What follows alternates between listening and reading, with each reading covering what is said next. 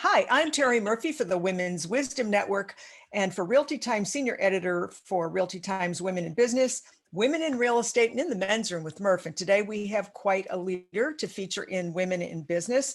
Her name is Ruby Bright. And I don't know if I can tell you everything because there's so much, but she has led one of the most powerful nonprofit organizations and been the power behind executing programs that support philanthropy in Memphis, Tennessee, and under her leadership, the program promotes philanthropy and the fostering of leadership among and two other programs, which is key here because of the leveraging of it, that support women and children to reach their fullest potential.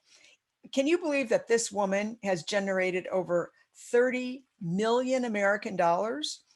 That's amazing. Welcome, Ruby Bright. Thank you. Thank you. It's nice to see you, Terry.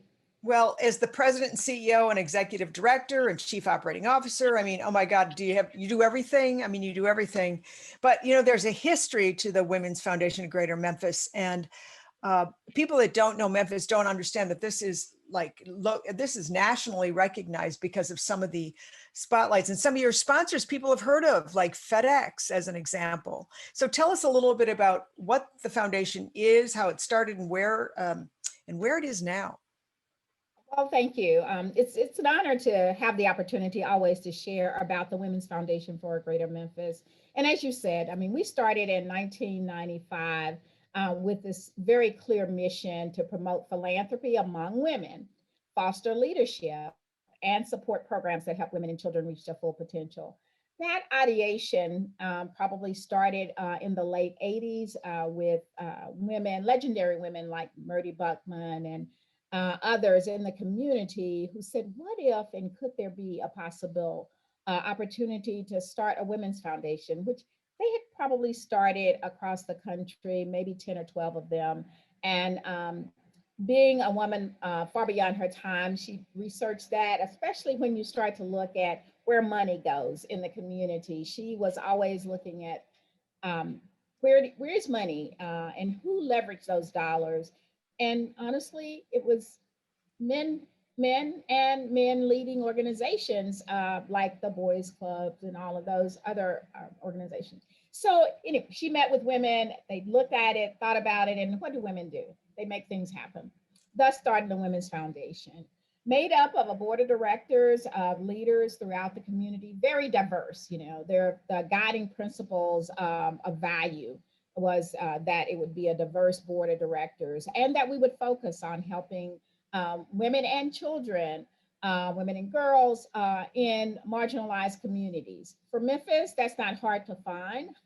Unfortunately, there's two things about Memphis. One is that we are a giving community, volunteerism of time and dollars. The other is the need continues to be much greater than our ability to, galvanize all of those resources. So Women's Foundation is a grant-making organization that simply raises its money and then grant those dollars back out into the community. And we've been doing that for the last 20 years. Yes, you have. And well, as a matter of fact. And obviously it's a challenge because grant writing isn't that easy just all by itself, let alone to connect it with other entities and other local, both and national entities, because some of your accolades are amazing that you had worked with. I mean, you've been cited as one of the 2015 Super Women in Business Award. In 2017, the Organization of Black Elected Legislative Women, Nobel, the Shining Star Award in 2017. And I love this one, the Girl Scouts One Smart Cookie Award in 2017. I mean, you've been, your influence is clearly abundant. People want to follow you, and there's a reason for that. The articulation of the mission, the focus, and you know what it's like to work with the board of directors. I mean, you've got different everything, we'll just leave it there. And yet you've mastered that. You've mastered how you've done that. And the legacy has been substantial. I mean, there are events that the Women's Foundation for Greater Memphis have that have been wildly successful. To put 1,600 people in a room for lunch when you're not a rock star is pretty cool. Tell us about some of the initiatives that have helped you raise that kind of money. Well, just as you said, One is individual giving, corporations and foundation support, and special events. And the special events have been important to us, not just in raising money. Yes, we have objectives, but also to share what we're doing, what we're doing in the community, the programmatic side of, supporting 30 plus grantees each year, and ensuring that over $1.2 million are put right back into the community, and that all of the resources that we, from a budget, our budget, annual budget is a little over 2 million. So as you can see, there's an operation and then there's a programming component of that. And sharing the importance of the work through these events are important. We also believe in building and networking opportunities, and women to get together and be a part of Power of the Purse, really elevating that leadership in unique ways and having fun doing so. Okay, let's talk about the power of the purse, because I think you got the attention of a lot of people when you said that. Explain what that is, because I've attended it and it is very impressive. Well, thank you. Well, the Power of the Purse is really it started off as a live and a silent auction, and it is really look in your closet, Terry, and find that purse that has a special meaning that you might even want to share a story about. But let's put it on auction. Let's look at the other things that are very interesting. Community people are interested in galvanizing, and let's bring people together and elevate the leadership of women through this, what we call purse power. Is that I will tell you that 60% of our items are beautiful name brand purses and beautiful jewelry, as well as a gift certificate, or a beautiful shawl that someone is donating. So the power of the purse is really bringing women together, women and men. Now, I'm proud to say that we have a good support from both female and male sector, which is absolutely wonderful. But led by the ingenious of women who imagine this community to be a greater community. That's very, very special. No magic for me. It is through the board of directors. And yes, I'm a visionary. I'll accept that. But to actually pull that together and vision and get people to agree and move that vision forward has been the kind of work that help us to bring Vision 2020 into play in 2015. And that's to reduce poverty in one of our poorest zip codes in the community. And there are, that is obvious, because the work, I loved when you said it goes back into the community. So often people give and then it goes somewhere else, but it shows up right here in Memphis, Tennessee. And I want to just mention that in the Power of the Purse, there can be celebrity handbags. I actually made sure I got Marguerite Piazza's little bag. Marguerite Piazza, the first star of stage and screen, and opera singer, and phenomenal person who happened to wound up in Memphis, Tennessee. We've had Naomi, she's come in. Yes, Naomi Judd has been a speaker. I mean, we've had national speakers, Debbie Allen. I mean, when I start naming speakers, I always get in trouble because, you mentioned your favorites. Yes, Jennifer Holland. No, I do. But I mean, I think that the diversity of the speakers, it's the luncheon, 1,600 people in the room, and yes, the speaker is kind of important, but it's really being in the room to right. be able to say that I was there, and that network, that buzz, it's so empowering, and that is really what it's about. What propels us forward, and what help us to help others to see how they can propel forward. Leadership, fostering that leadership, elevating that leadership, and then providing support to organizations and people who need that support, and being an advocate for that change that we want to be. Well, exactly. And that's why I wanted to mention that, because there are people, especially high level people in Memphis, that, and I mean high level, like national brands, that support this event and support the Women's Foundation. Hilton Hollis, who is one of our fashion designers and contributors for Realty Times, designs a scarf every year, and people fight over making sure they get one. And Absolutely. and again, he gives of his talent because of his support of women in business and He bringing up. does. Hilton, I have to say, thank you for reminding me of what a wonderful friend Hilton Hollis is. I joined with Barry Wurzburg, at Joseph. They are really great partners, but Hilton gives his design, and all we have to take care of is the production and the shipping, of those scarves. And they're absolutely gorgeous. Each has a theme, and it is a conversation, if you will, for women that have it on. And sometimes, you meet up with someone and they've got the 2007 scarf, or someone's got, another year, the 12. So we've had Hilton loving on us for several years, with the point that he wants to make is he honors his dear mother any chance he gets. So this is just yet another opportunity to elevate women and women's leadership. Thank you, Hilton. Yes, he is definitely our BFF, just so you know. One of the things that I wanted to talk about is the 25th anniversary celebration. I mean, nonprofits, boy, you talk about issues of, global impact and political impact and economic impact. And yet clearly, I mean, under your leadership, Ruby, things that keep moving forward and in a very strong, and I don't want to say tenacious, but I want to say pragmatic way, because it's not letting up anytime soon.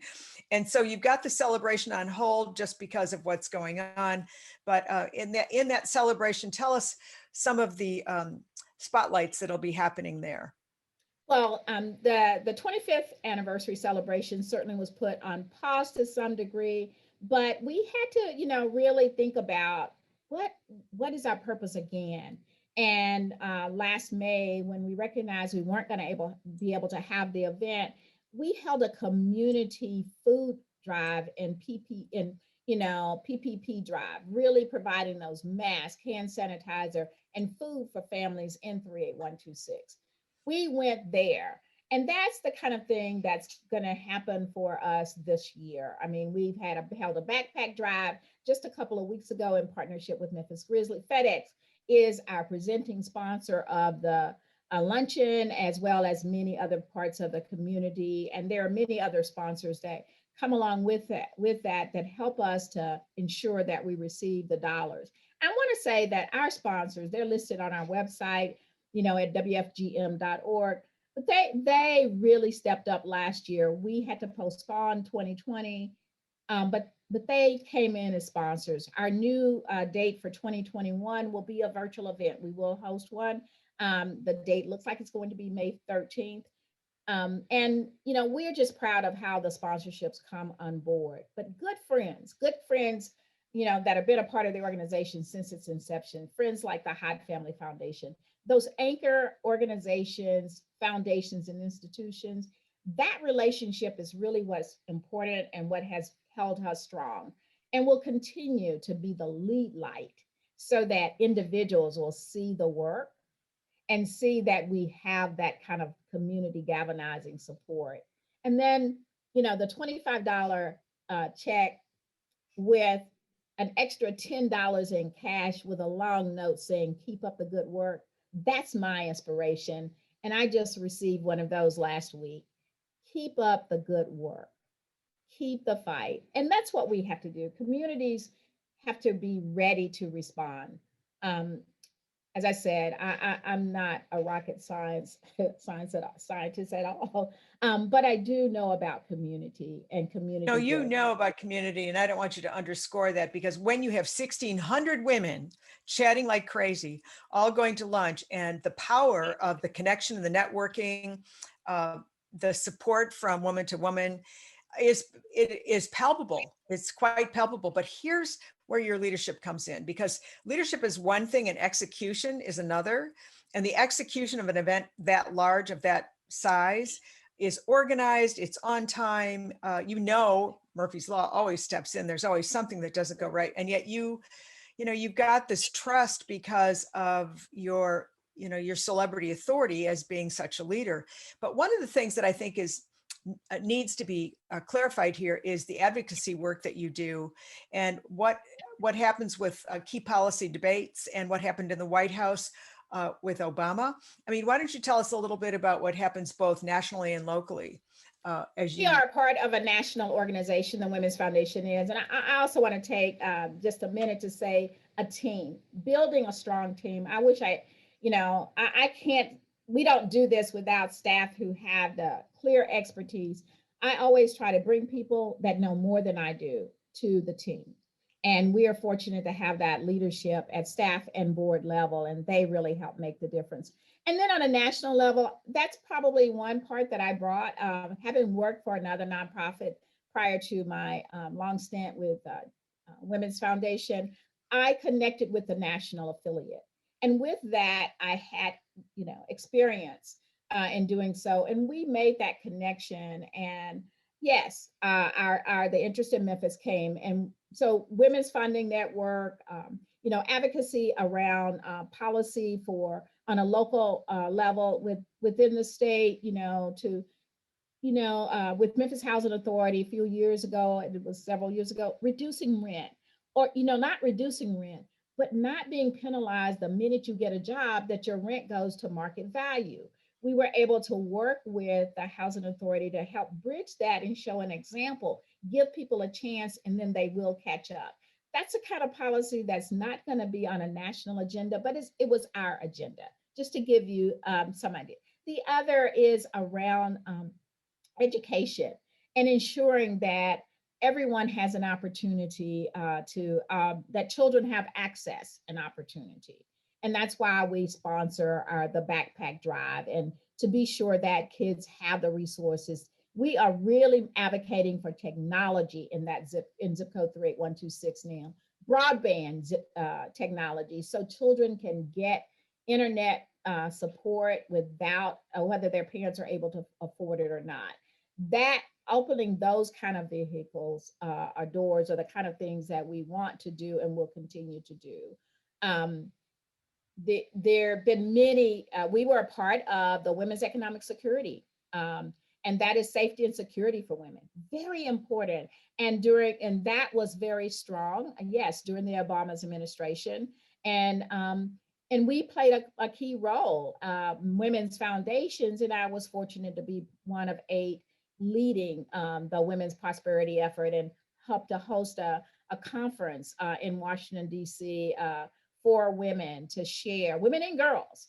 And now our Young Women's Initiative, the safety and security of girls is very, very important for them being able to have their voice. Safety, would you expand on safety, what you mean by that? So it does have a broader bush, but domestic violence, okay. Bullying,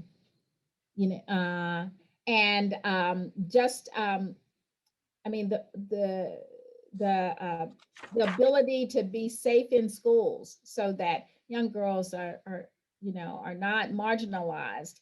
Yeah. So we have a broad umbrella, but it's really from everything from domestic violence to self-security. Well, you've got $30 million was invested in 600 programs. 600 Over 20 programs. years. Over 20 years. Yeah, it doesn't make any difference. The 600 is still a big number, Ruby. And it talks about how we like to talk about women and legacy and how it goes beyond your knowing. I mean, long after you move on, there are tenements that continue to exist. There's energies and focuses and initiatives that continue to exist and hopefully improve. And the only way we can do it, and you and I both know this, is when you can impact children and young girls, then you create the mothers of tomorrow, the leaders of tomorrow. And at least there is a beacon. There's an awareness, especially here in this particular area of the world, as in any area, that really empowers women to be their best, which is what the whole primary core value is for the Women's Foundation of Greater Memphis. So I have to thank you for the amazing work you and your team. And of course, we always want to recognize the team. You've got, how many people are working on staff right now? So we have 7 full-time staff members. And then on a good day, we could have 15 people there, from volunteers to part-time support and consultants, but everyone feels a part of a team. So we feel like that we're pretty about 11 strong, from diverse, expertise, that they're just amazing. I Yeah. salute them. Well, and that's what makes any nucleus work, is when the foundation is collaborative, synergistic, share values and whatever. And obviously a leader has to understand that that's part of what sustains the team and keeps the team members there. So I have a question for you, and that is, what's next for Ruby Bright? If it were a perfect world and you could do whatever, I mean, I know that you won't retire and just knit. So tell me, what's in store? What's in your vision? What's on your vision board going forward? So it's a empty board, for now, with a lot of things, a lot of words in my mind, in my head. I think that I will tell you that my passion and what I've learned has really pushed to say that we need to really work on the advocacy side to change policy. That systemic change needs to occur. So around that policy issue and area of ensuring that we just make sure that we don't lose gains. Now, that's not saying I'm going into politics at all, but really going in deep dive into what are the opportunities, and then who can help make those changes. Building leadership among girls, very important to me. And I will say young girls of color, building that pathway and that pipeline sooner than later, um, is an opportunity for young girls. And not that they don't have the ideas, it's opening the door so that they can step in. And we have to be ready, helping organizations to build leadership among women of color. That those areas need to be addressed. And so that's where I say address. The opportunity needs to meet and center that body of work. There are people who want to, and there are people who want to, but sometimes they don't always meet. Opportunity needs to meet in all of those areas. And that's where that mentorship bridge can come in, the awareness of policies and opportunities that people are not necessarily aware of in the whirlwind of their life.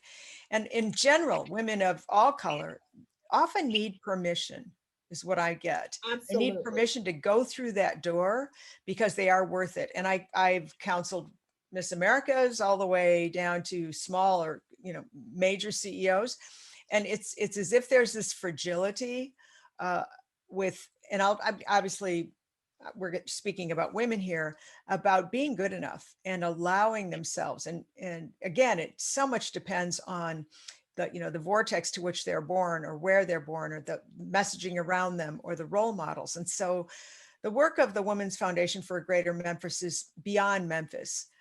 And so I really appreciate all you've done. If somebody wants to donate or to volunteer for any of the programs, what's the best way to do that? They should go to our website and complete a form there. And they can always give us a call, at our office. But, 901 578 9346. 901 578 9346 is the quickest way to get the ball rolling. And, send me an email, rubybright@wfgm.org. And go to our website, which is womensfoundation.org. Womensfoundation.org. You can get us. Not only I want you to learn more about the foundation, but share some of the great things that are happening, and how can we transform those over to Memphis. I think that we've shared a lot of great ideas of innovation from the foundation, but I will tell you, most of them, we've gotten them from other people. And Terry, thank you for the opportunity. And I will, with the subject that you have, women just have to let others in. And we have enough room at the table. Sometimes we forget that the chair is there for us too. What a And brilliant way to end this, because that's so absolutely true. And that's what we're about at Women's Wisdom Network, is women empowering and supporting other women.